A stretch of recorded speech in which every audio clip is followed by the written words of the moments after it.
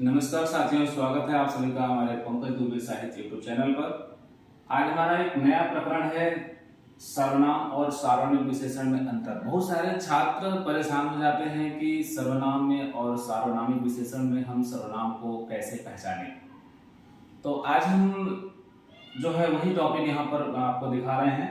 तो सर्वनाम तो सब जान रहे हैं कि संज्ञा के स्थान पर जो प्रयोग किए जाते हैं जो शब्द वही जो है सर्वनाम होते हैं। जैसे राम श्याम की जगह पर हम तुम वे कुछ कोई अगर प्रयोग किया जाए तो वो सर्वनाम हो गया। लेकिन जो सर्वनाम शब्द किसी संज्ञा के पहले लग करके, संज्ञा से पूर्व लग करके विशेषण के रूप में प्रयोग किए जाते हों या उस संज्ञा की विशेषता को प्रकट करते हों, उसे हम सार्वनामिक विशेषण कहते हैं। अर्थात स्पष्ट हो गया कि जो सर्वनाम संज्ञा के स्थान पर प्रयोग किए जाए वो सर्वनाम हो गए, और जो सर्वनाम शब्द किसी संज्ञा के पहले लग करके वो विशेषता को प्रकट करे उसे हम सार्वनामिक विशेषण कहते हैं। जैसे अभी हम यहाँ लिखते हैं कि संज्ञा से पहले, जैसे यहाँ लिखा गया है, तो एक उदाहरण में लिख रहा हूं कि यह पुस्तक अच्छी है। मैं लिख रहा हूं कि यह पुस्तक अच्छी है।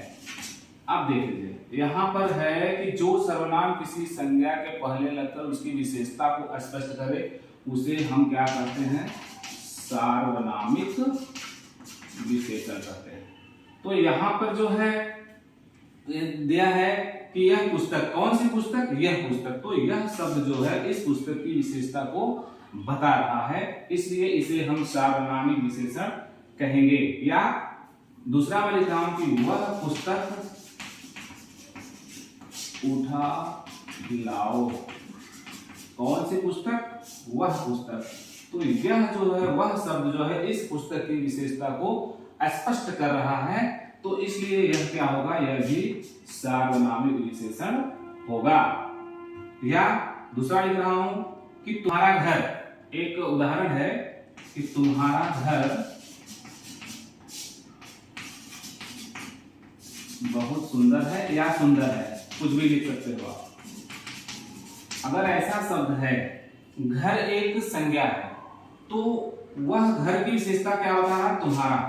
ऐसा वैसा घर नहीं, तुम्हारा घर जो है, तो यह तुम्हारा शब्द भी क्या है, ये सार्वनामिक विशेषण को जो है कहा जाएगा। या संकेत, मतलब वो उस घर का जो संकेत है तुम्हारा, इसको हम संकेतवाचक विशेषण भी कहते हैं। तो यहाँ पर सार्वनामिक विशेषण का जो उदाहरण मैंने दिया इस प्रकार है। जहां भी कोई संज्ञा देखो उसकी विशेषता को पहले देखो सर्वनाम के रूप में, तो समझ जाइए कि यह सार्वनामिक विशेषण है। हाँ, उसके तुरंत बाद जो है संज्ञा होगा। लेकिन अगर हम देख रहे हैं कि केवल सर्वनाम शब्द ही लिखा है तो हम सर्वनाम समझ जाएंगे। जैसे अभी मैंने लिख दिया कि मेरा नाम यश है, अब ये हो जाएगा सर्वनाम। क्यों?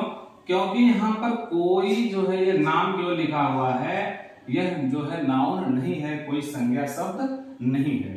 तो यह जो मेरा शब्द है यह क्या हो गया, यह सर्वनाम कहा जाएगा।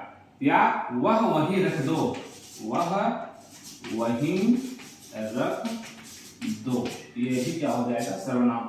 अगर यहाँ पर होता कि वह पुस्तक वही रख दो, तो पुस्तक जो है एक संज्ञा हो जाता, तो यह सार्वनामिक विशेषण हो जाता।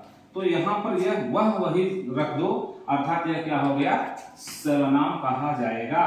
ठीक। या यह कहां से लाए, अगर ऐसे शब्द भी होते हैं तो यहाँ पर कोई भी संज्ञा शब्द नहीं है तो यह सर्वनाम शब्द कहा जाएगा। अर्थात आपको मेरी बात तो स्पष्ट रूप से समझ में आ गई होगी कि जो सर्वनाम शब्द किसी संज्ञा के पहले लग करके उसकी विशेषता को प्रकट करे वहां पर सार्वनामिक विशेषण या संकेतवाचक विशेषण, और जो सर्वनाम जो है स्वतंत्र रूप से प्रयोग किया जाए वहां पर सर्वनाम होता है।